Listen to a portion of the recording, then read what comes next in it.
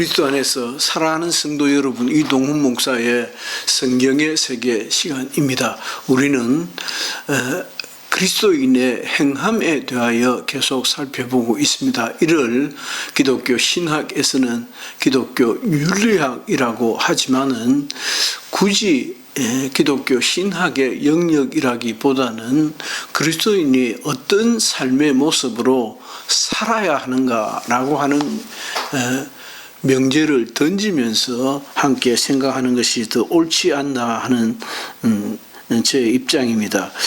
오늘은 신약 성경에 있어서 윤리의 일반적 배경, 신약 성경이 내재하고 있는, 신약 성경이 포함하고 있는 기독교 신학에서의 일반적 윤리의 배경이라는 그런 제목입니다. 좀 설명이 좀 장황합니다만은, 따라서 성경 윤리의 현대 적용에 있어서 타당성, 일반적인 타당성, 성경 윤리를 현대인의 삶에 적용시킬 때 어떤 일반적 타당성을 가지고 있는가 하는 점입니다. 우리는 그리스도인의 삶에 대하여 논의할 때에 그게 논의가 맞는지도 잘 모르겠습니다만은, 저는 지난 몇 년 사이, 특별히 지난 한 3, 4년 사이, 3, 4년부터 쭉 계속해서 지난 몇 달 동안은 더욱더 그게 정폭이 되어서 결국 그리스도인의 삶은 행함이 없으면 그것이 무슨 의미가 있을까라고 하는 생각을 떨칠 수가 없습니다. 떨쳐지질 않습니다. 아마 제가 이런 이야기를 하면, 이동훈 목사가 이제 비로소 신앙이 철이 들었지 않는가라고 생각할 것 같은 그런 기특한 판단마저 듭니다. 정치권에서 일어나는 일입니다. 정치권에서 아주 괴물 같은 인간이 있어가지고 그 괴물 같은 인간이 경기도 어떤 시에 시장을 하고 경기지사를 거쳐서 이 나라 대통령이 되겠다는 목표를 가지고 자당 경선을 통과해서 후보로 나왔습니다. 그가 얼마나 엉터리 같은 소리를 많이 합니까? 그걸 말 잘한다고 표현하더라고요. 좋습니다. 그럼 말 잘한다고 하는 그 말 잘하는 것이 뭘 잘한다는 것입니까? 거짓말을 잘한다는 것입니까? 갖다 되기를 잘한다는 것입니까? 결국은 무슨 말을 하든지 그 말에 신빙성, 정직성, 성실함이 없기 때문에 그는 결정적인 득표력을 갖지 못하는 것이 아닌가, 저는 그렇게 생각합니다.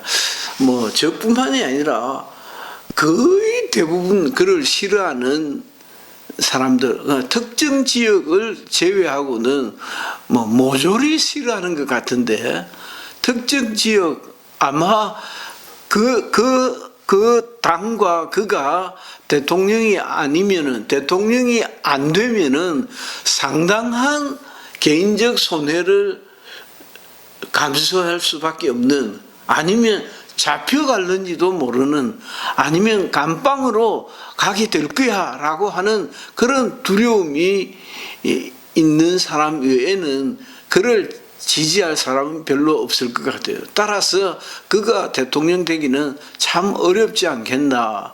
예를 들어서 민노총이 그 어떤 당을 지지한다.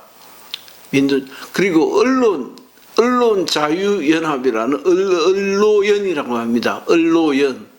언론노조를 하고 있는 그 사람들은, 그럼 그들은 아마도 정권이 딱 바뀌면 언론에 대한 기본적인 태도가 많이 바뀌어질 것이다. 그러면 우리 밥줄이 상당히 위협을 당한다. 우리가 위축될 수 있다라고 하는 실질적인 손해를 보기 때문에 억지로 춘향시로 그를 지지하는지 모릅니다. 그러나 정말 상식이 있는 사람이라면 어찌 그런 거짓말쟁이를 지지하겠는가 하는 것입니다. 같은 맥락으로 아무리 비단 같은 설교를 하고 정말 신학적으로 풍부하고 또 말 잘하고 음성 듣기 좋고 인물 좋고 모든 것을 모든 스펙을 다 가지고 있다 할지라도 알고 보니까 그 사람 무슨 거짓말쟁이래 라는 소문이 들려지고 사실로 확인되어지고 그의 비위가 그의 잘못된 행동들이 하나씩 둘씩 드러나기 시작하면 그는 결코 신학자로서 목회자로서 성공할 수는 없을 것입니다. 아마 상당 부분까지 성공에 가까이 갈는지 몰라도 결국은 역사 앞에서 그의 부끄러운 모습이 드러나지 않을까 생각합니다. 왜냐하고 사실이 아닌 말로 지금까지 자신을 숨겨왔기 때문입니다. 그리스도인의 삶은 그렇게 했어야 어디 살아날 수 있겠는가 하는 것입니다. 하나님이 계시고 그 하나님이 만물을 지으시고 주관하시고 심판하시는 분이라고 하는 분명한 신앙을 가지고 있다면, 그러니까 자기를 찾는 자들에게 상 주시는 자이심을 믿어야 할지니라고 하지 않았습니까? 상 주시는 자이시다는 것은 심판자이시다는 것입니다. 성경은 오늘날의 우리 생활에 어떤 타당성을 가지며 따라서 윤리 판단에 성경이 어떻게 이용될 것인가 라고 하는 것을 검토할 때에 우리는 예수 그리스도의 교훈이 오늘날 우리들에게 이게 좀 잘 맞을까? 이게 좀 맞겠는가? 예수의 말씀을 말씀이라고 하여 그것을 오늘날 우리에게 바로 대입을 할 수 있는 것이 타당한 것인가 라고 하는 의문을 던지는 이들이 많습니다. 첫째는 예수님의 생존 시기와 지금까지는 거의 AD 2020년이니까 AD 2022년이니까 2000년 이상의 시간이 흘렀습니다. 2000년 이상의 시간적 간격이 있고 공간적 간격이 있습니다.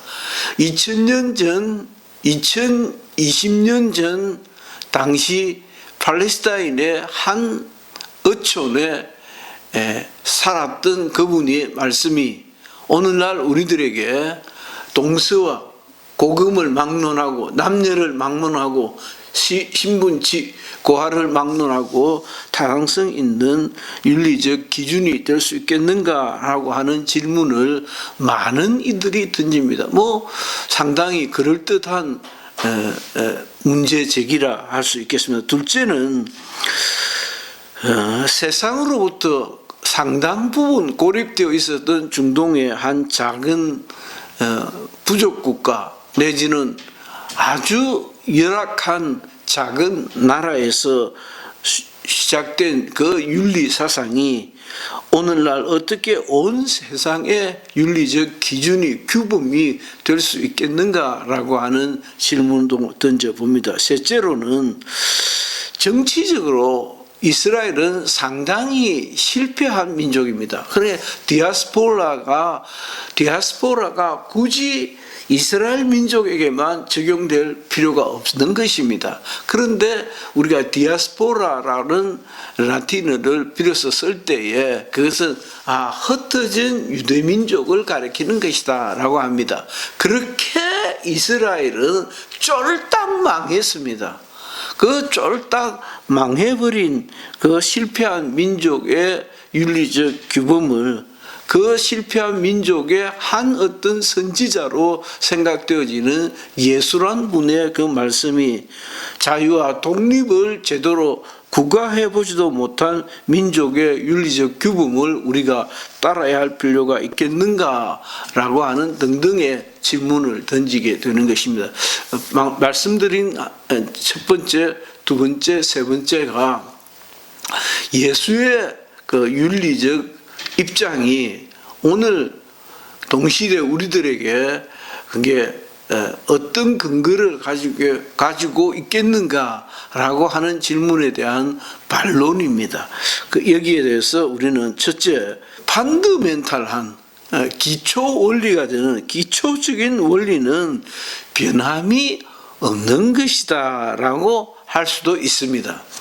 그러니까 건강한 생활을 위해서는 맑은 공기, 맑은 물, 깨끗한 물, 규칙적인 식생활, 건강한 먹거리, 이 기본인 것입니다. 이 기본은 어느 시대고 바뀌지 않는 것입니다. 지금도 아주 중한 병에 걸려들면 뭐 돈이고 뭐고 아무 소용이 없어요. 아무 소용이 없고 그냥 딱 걷어치워버리고 깊은 산속, 맑은 공기가 있는, 언제든지 맑은 공기가 있는 새소리, 바람소리, 나뭇잎이 날리는 소리가 들리는 그런 산속으로 갈 것을 권하지 않습니까? 거기에서부터 출발하는 것, 그게 펀더멘탈한 것이 기본적인 요소들이다라고 하는 것입니다. 자, 두 번째는 기독교 윤리의 관심 중에 하나는 인간관계라 할 것입니다. 어느 것 할 것 없이 윤리라는 말에, 그 윤리라는 말의 한자 말은 옆에 인자변입니다. 사람의 관계입니다. 사람이 바퀴를 가지고 사람이 돌아가고 있는 세상의 관계의 개념이 윤리입니다. 그 윤리는 인간관계를 기본으로 합니다. 인간관계를 그러니까 물론 요즘은 세상이 좀 많이 바뀌어 가지고 기독교 윤리 중에 어떤 한 팩트가 애완동물에 대해서 자연에 대하여 어떻게 생각하는가라고 하는 것도 괜찮은 질문일 수 있을 것입니다. 세상 많이 바뀌었다. 우리 보통 그러죠. 세상이 많이 바뀌다 보니까 동물을, 강아지를, 너희 집 강아지를 그렇게 취급하면 어떻게 그리스도인으로서 그럴 수가 있어 라고도 할 수는 있는 말입니다. 그러나 그것도 마찬가지입니다. 그것도 사람이기 때문에 사람으로서 어떻게 그렇게 할 수 있느냐, 그건 그리스도인으로서는 그렇게 하면 안 되지라고 하는 것입니다. 기본적인 인간관계의 원리는 그렇게 변하는 것이 아니다라고 하는 것입니다. 라헬이 야곱과 결혼하기 위하여 낙타를 타고 등장합니다. 요즘 낙타를 타고 등장합니까? 요즘은 승용차를 타고 등장합니다. 지하철을 타고 택시를 타고 어떤 장소에 나타납니다. 어떤 사람은 물 속에서 수중 결혼식을 하고 수중 잉태를 하기도 합니다. 이와 같이 세상이 많이 바뀌었지만은 인간관계라고 하는 기본 틀은 사람이 사람에게, 사람이 자연에, 사람이 애완동물들에게 역시 사람의 문제를 다룬다고 하는 점에서는 예나 지금이나 별반 다르지 않다라고 하는 말씀을 드릴 수 있겠습니다. 두 남녀가 서로 사랑하는 인간관계를 표시함에 있어서는 그게 뭐가 다를 게 있습니까? 여자가 애 놓고 남자가 또 가장으로서 역할을 하는 일이 뭐 그렇게 짜다리 다르겠습니까? 역할이 서로 아주 미세 조정을 하는 그런 정도겠지요. 그러니까 요즘은 뭐 옛날엔 없었을까요? 잘 없을 것 같긴 합니다. 그러고 보니까 예를 들어 요즘은 푸드 문화, 음식 문화가 아주 보편적으로 전해지고 있습니다. 따라서 남자들도 음식 문화에 대해서 굉장한 관심을 가지고 심지어 라면 한 그릇 끓이는 것도 굉장한 레시피가 있어가지고 이렇게 해야 된다 저렇게 해야 된다 말들이 어떻게나 많은지, 또 그 말들이 모두 허황된 소리가 아니고 그렇게 하면 그렇게 그만큼이나 맛있게 만들어내는 것도 볼 수 있습니다. 그러나 라면 끓이는 거야 기본적인 틀이 크게 바뀌지 않다라고 하는 것입니다. 자, 우리는 이와 같이 예수 그리스도 당시에 그가 우리에게 하셨던 말씀이 우리 신앙하는 삶의 기본적인 노마티브, 규범적 근거가 되기 위해서는 어떤 것들이 있어야 하는가? 야, 그게 말이 되냐? 지금 시대가 언젠데 2000년 이상이 흘렀지 않는가? 2000년 이상 정말 많이 바뀌었습니다. 제가 이제 70이 거의 가까웠는데 한 2년 지나면 나이가 70입니다. 그러나 70년 사이에 그 사이에 많이 바뀌었다라고 자기 시대를 강조하기도 하지만은 어디 뭐 우리 시대만 그렇겠습니까? 엄청 바뀌었습니다. 제가 이따금 제 어린 시절을 그 회상을 하면서 왕사탕 혹은 종이 사탕 그걸 빨아먹고 싶어서 그거 달려있는 그거 하나 사 먹으려고 그 5원이나 했는지 10원이나 했는지 아마 100원은 1000만이 아닐 것이고 아마 5원짜리도 있었으니까 10원이나 했는지 아마 그렇게 했을 것 같은데, 그러나 요즘은 전 세계의 유명 제과들이 우리나라로 들어옵니다. 그래서 북의 김정은이라고 하는 그 나쁜 놈들이, 그 뚱땡이 돼지 같은 놈이 정치 지도자의 자격이 없다는 것이죠.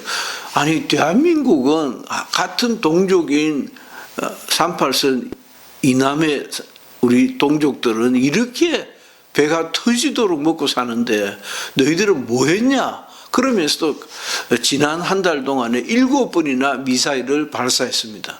그게 뭐 돈 100만 원 합니까? 아마 한 발에 몇 천만 원 할 겁니다.